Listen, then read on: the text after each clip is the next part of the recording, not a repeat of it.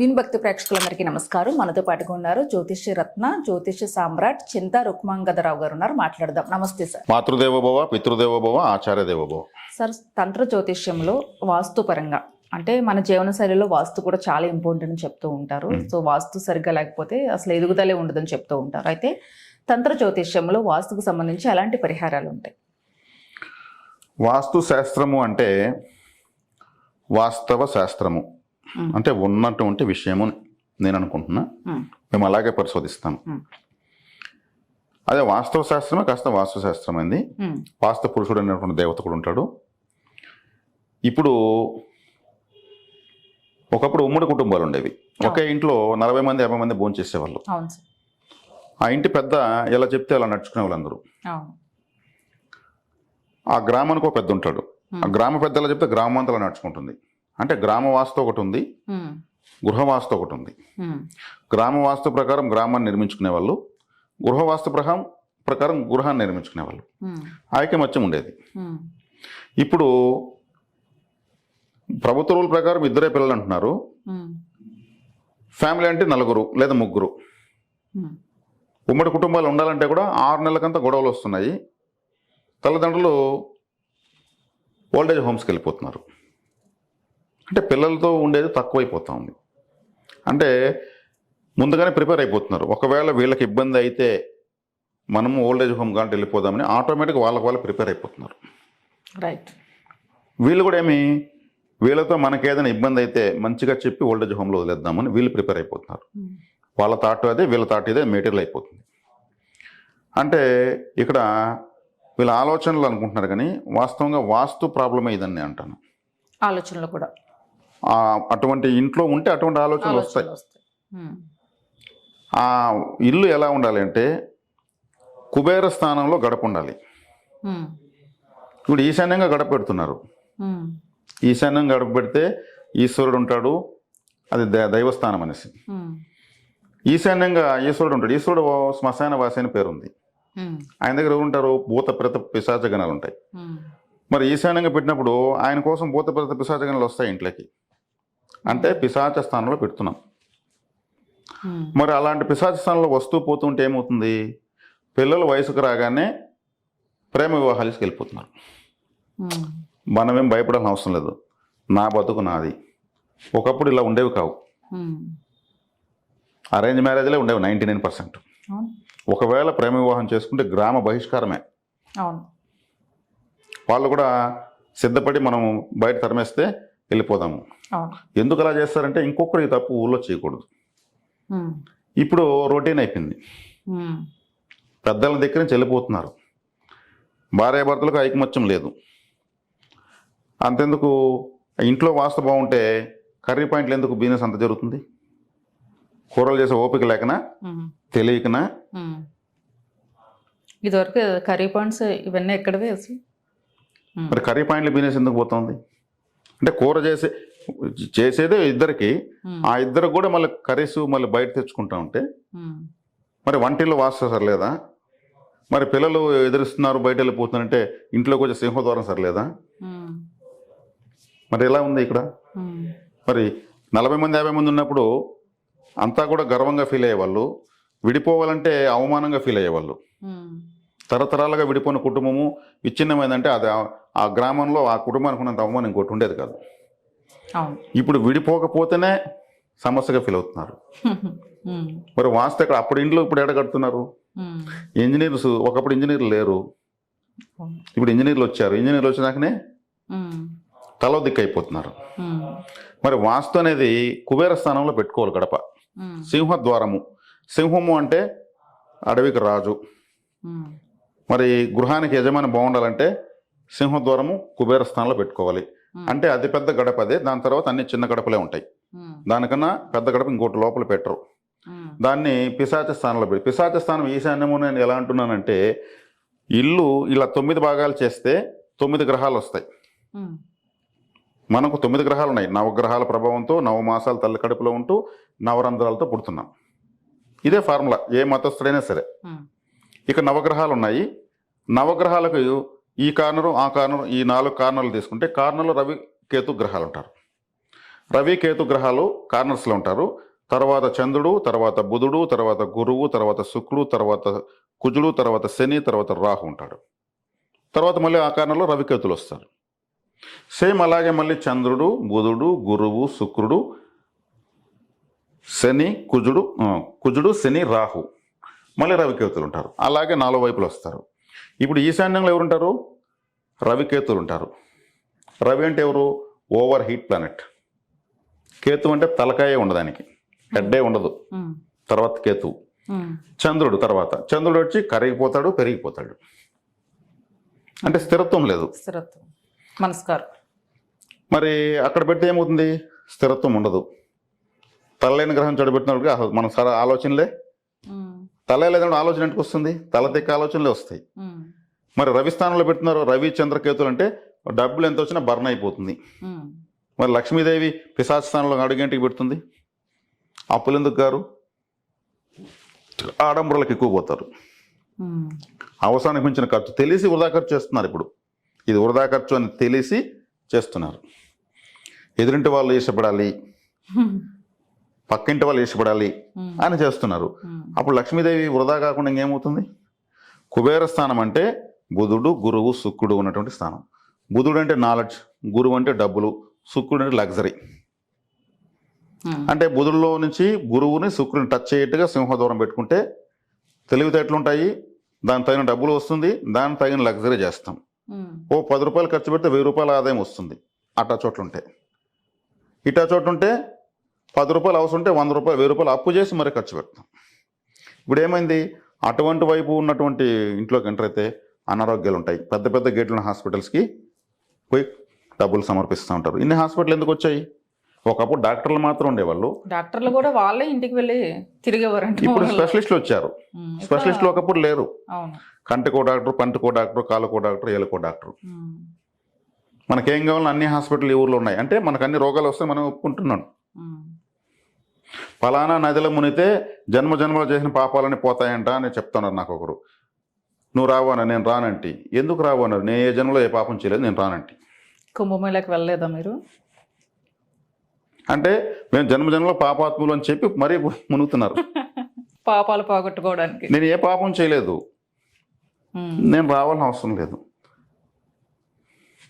డైరెక్ట్గా చెప్తున్నారు. బస్సులకు ట్రైన్లు వెళ్తున్నారు. ఎంత జనసంచారం. మంచిదే, కుంభమేళ మంచిది, మహాశక్తి గురు సమ్మేళనం అది. కానీ ఇలా చెప్పి వెళ్ళకూడదు. పాపాలు చేశామని చెప్పి వెళ్ళకూడదు. పుణ్యమే చేశాను, ఇంకా పుణ్యం సంపాదించుకుంటాను, పుణ్యజనాల మునతన వెళ్ళొచ్చు. అదే చెప్పే విధానంలో చేసే ఆలోచనలో మనకు ముందు ఏది మన బ్రెయిన్లో సాఫ్ట్వేర్ ఉంటుందో అదే వస్తుంది. యద్భావం తద్భవతి. కాబట్టి ఇంట్లో సింహద్వారం మొదటి తప్పు. తర్వాత బాత్రూమ్ ఇంట్లో ఉండకూడదు అసలు. ఇంట్లో ఉంటే 20% వాస్తు ఎగిరిపోతుంది. అది మరుగుదొడ్డి, ఇంటికి దూరంగానే ఉండాలి. ఆ వాసన ఇంట్లో రాకూడదు.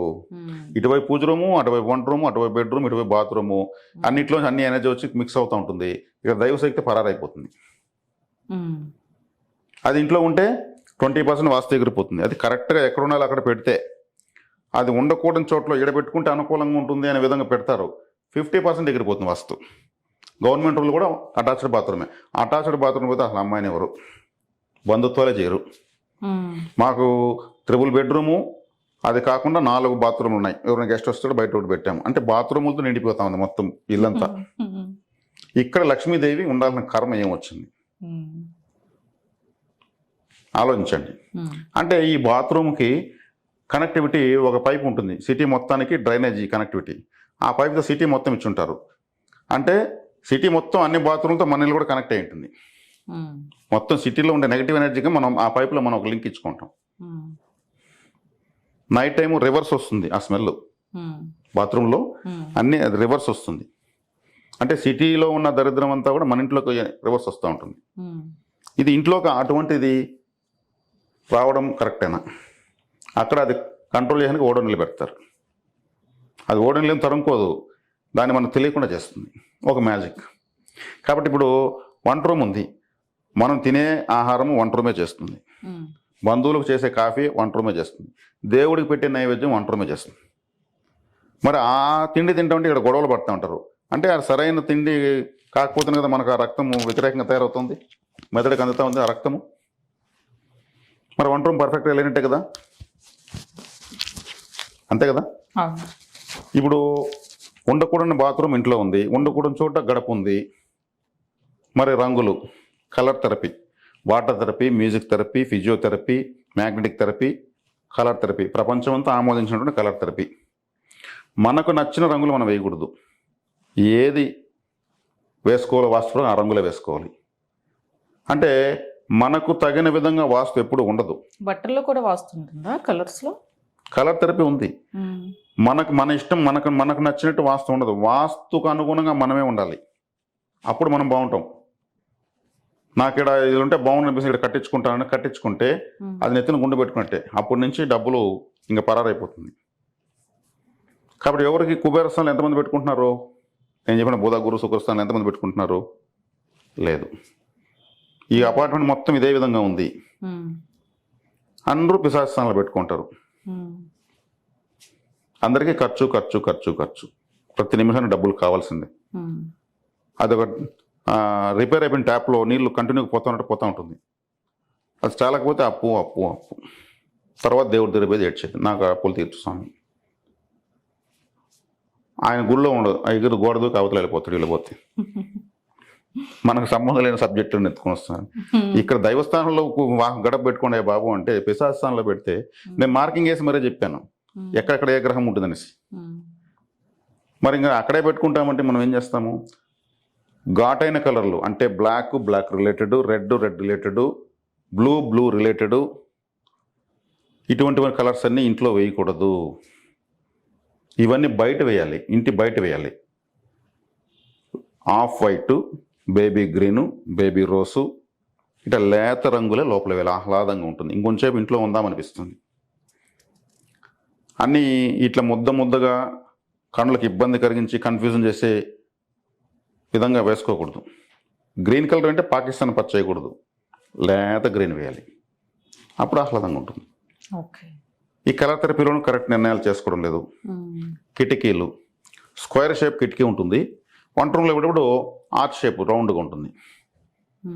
బెడ్రూమ్లో పెట్టేప్పుడు ఇంకొంచెం ముగ్గులాగా ఇలా తిప్పుంటారు. రాజుల కోటలు చూడండి, ఎక్కడైనా బస్సులో వెళ్తున్నప్పుడుగా ఉంటాయి. రౌండ్గా ఒక కిటికీ వేస్తే కోట మొత్తం రౌండ్గానే ఉంటాయి, మొత్తం రౌండే ఉంటాయి. స్క్వేర్ వేస్తారంటే మొత్తం స్క్వేరే ఉంటాయి. అంటే రౌండ్గా ఇలా ఉన్నప్పుడు గాలి రౌండ్గా ఇలా ఇంట్లోకి వస్తుంది, అక్కడ ఆర్చ్ లాగా వస్తుంది. మన స్క్వేర్ షేప్లో మళ్ళీ ఇలా వచ్చిన ఎనర్జీ ఇలా మారుతుంది, అంటే ఇలా స్వరూపం మారుస్తూ ఉంటుంది. అలా వేయకూడదు, ఏదైనా యూనిఫామ్గా ఉండాలి. ఒక్కొక్క ద్వారానికి ఒక్కొక్క రకమైనటువంటి ప్రవేశం పెట్టుకుంటారు, అంటే అన్యూనిఫామ్గా అస్తవ్యస్తంగా ఉంది. మరి పాతకాలపు ఇండ్లు మండవ ఇండ్లు అంటారు గోదావరి జిల్లాలో, చక్కగా ఇప్పుడు నేను చెప్పిన విధంగానే ఉంటాయి. కుబేరస్థానంలో గడప ఉంటుంది, కిటికీలు అటువైపు ఇటువైపు ఉంటాయి. ఇప్పుడు సింగిల్ డోర్ పెడుతున్నారు. మనకు ఎన్ని పెదవులు ఉన్నాయి? 2 పెదవులు ఉన్నాయి, 2 కళ్ళు ఉన్నాయి, 2 పెదవులు, 2 రెప్పలు ఉన్నాయి. డబుల్ డోర్ ఉండాలి, 2 కిటికీలు ఉండాలి, 2 తలుపులు ఉండాలి. సేమ్ ఇప్పుడు మనకు కుబేర స్థానంలో నోరు ఉంది, ఈశాన్య స్థానంలో ఈ నోరు ఎక్కడ ఉంటే ఎలా ఉంటుంది? అంగవైకల్యంతో పుట్టారంటారు డాక్టర్లు. మరి అదేవిధంగా ఇంటికి కూడా మిడిల్లో ఉండాలి ద్వారాన్ని, నోటిని కార్నర్ పంపిస్తున్నారు. పరిస్థితులు వీళ్ళు కార్నర్లోకి వెళ్ళిపోతున్నారు. సింగిల్ డోర్ తెస్తున్నారు. ఒకే పెదవి ఉంటే మనం ఎలా మాట్లాడగలము? 2 పెదవులు ఉండాలి. ఆ సింగిల్ డోర్ ఎందుకు పెట్టినారు? బొమ్మ కోసం, బొమ్మ కావాలంట. పెట్టేది విరుద్ధంగా మళ్ళీ సింగిల్ డోరు. కిటికీలు అంటే కండ్లే లేవని అర్థం.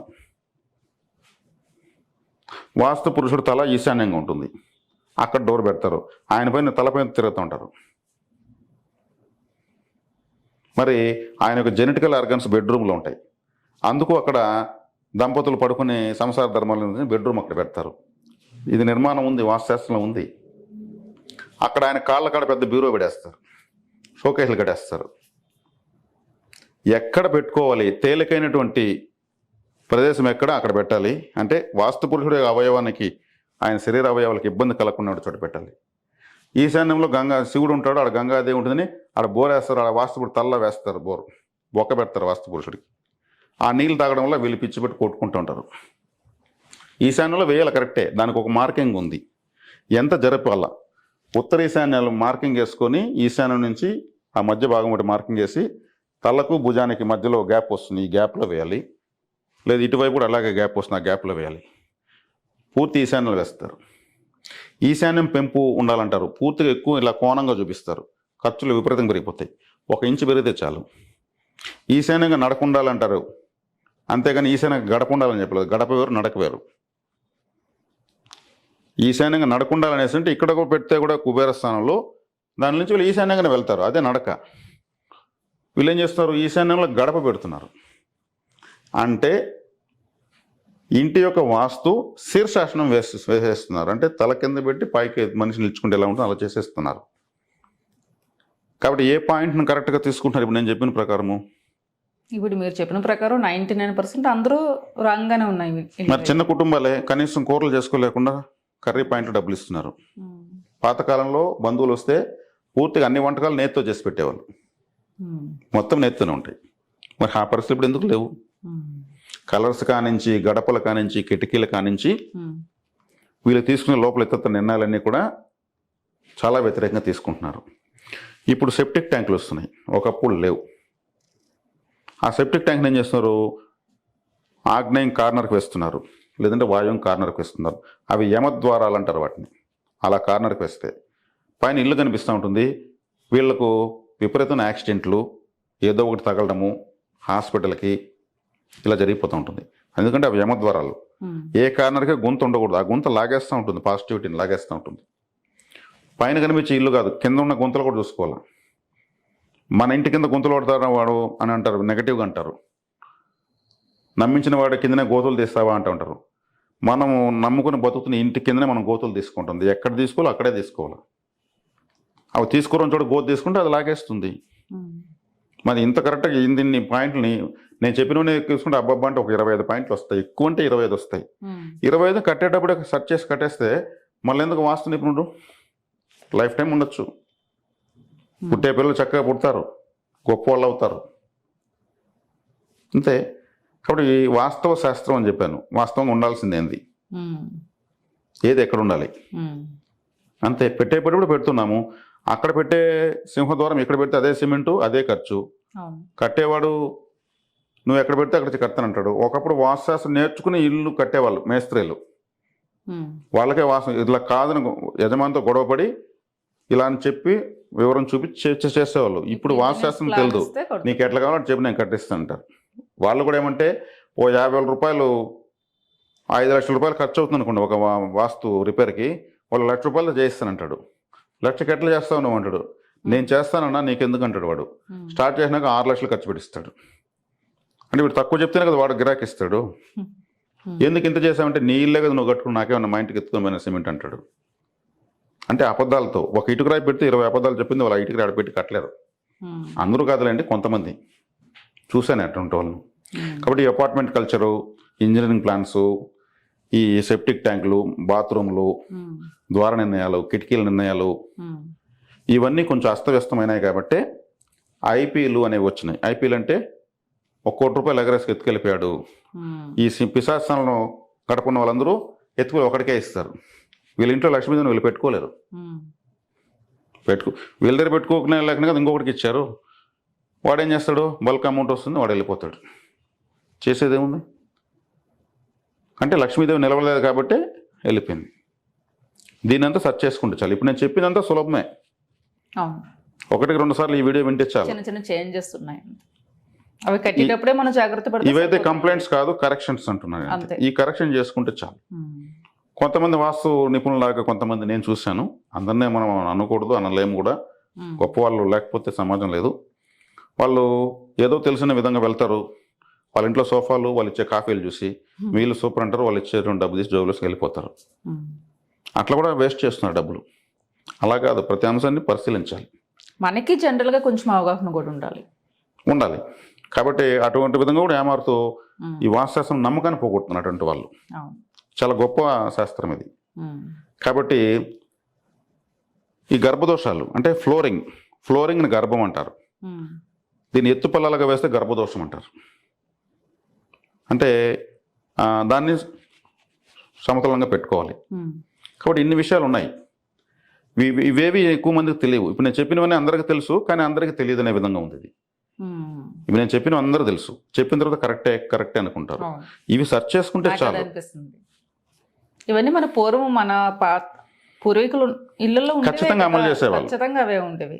బయట ఉండేవి బాత్రూమ్స్, ఈశాన్యం అట్లనే ఉండేది. వంటగది ఖచ్చితంగా గృహవాస్తు, గ్రామవాస్తు, ఆలయ వాస్తు ఇవన్నీ కరెక్ట్గా ఉండేవి అప్పుడు.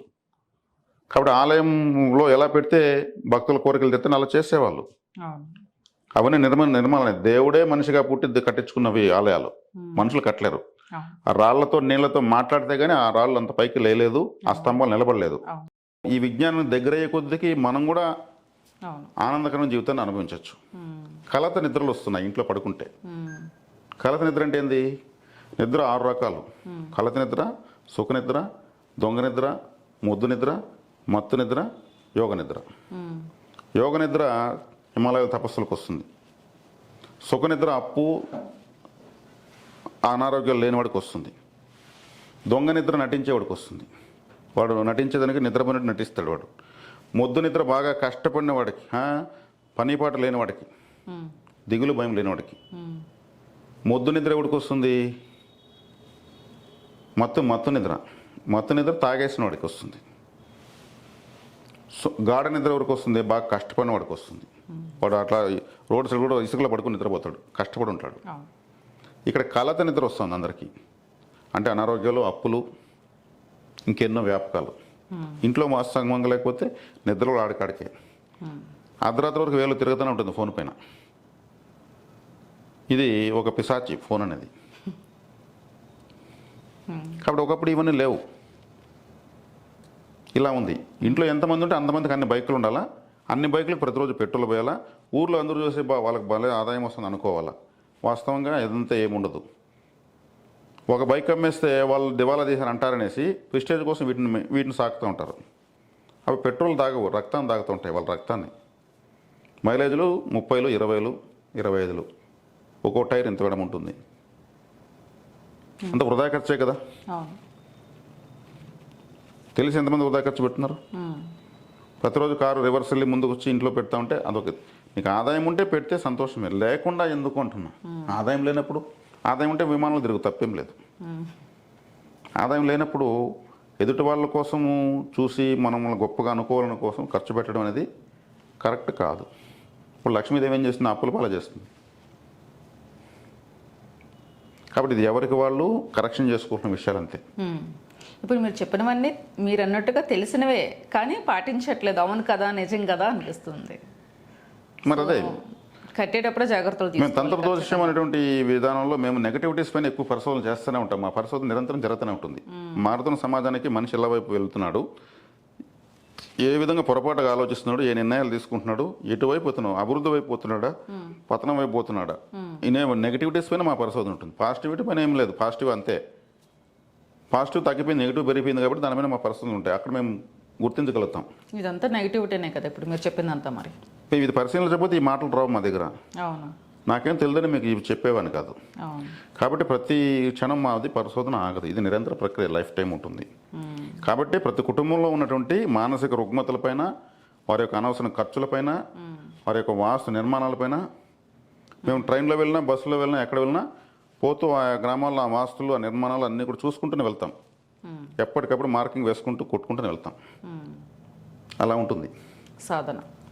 నిజంగా మీరు చెప్పేవన్నీ ప్రాక్టికల్గా జరుగుతున్నవే ఆల్రెడీ. సో పాతవి కూడా ఇదివరకు మన వాళ్ళందరూ చేసినవి, రియాలిటీగా దగ్గరగా ఉన్నవే చెప్తున్నారు. ప్రతి మాట కూడా మీరు బయట జరుగుతున్నదే పరిశోధన చేస్తే. నిజంగా ఇది చాలామందికి అవగాహన ఉంటుంది. ఈ వీడియో వాస్తుపరంగా చాలా ప్రాబ్లమ్స్ వస్తున్నాయి కాబట్టి, సో దీనికి ఇదేమో మనకి ప్రాబ్లమ్ సరి చేసుకునే అవకాశం ఉందని ఒక ఐడియా కూడా వస్తుంది సార్. నమస్తే, ధన్యవాదాలు.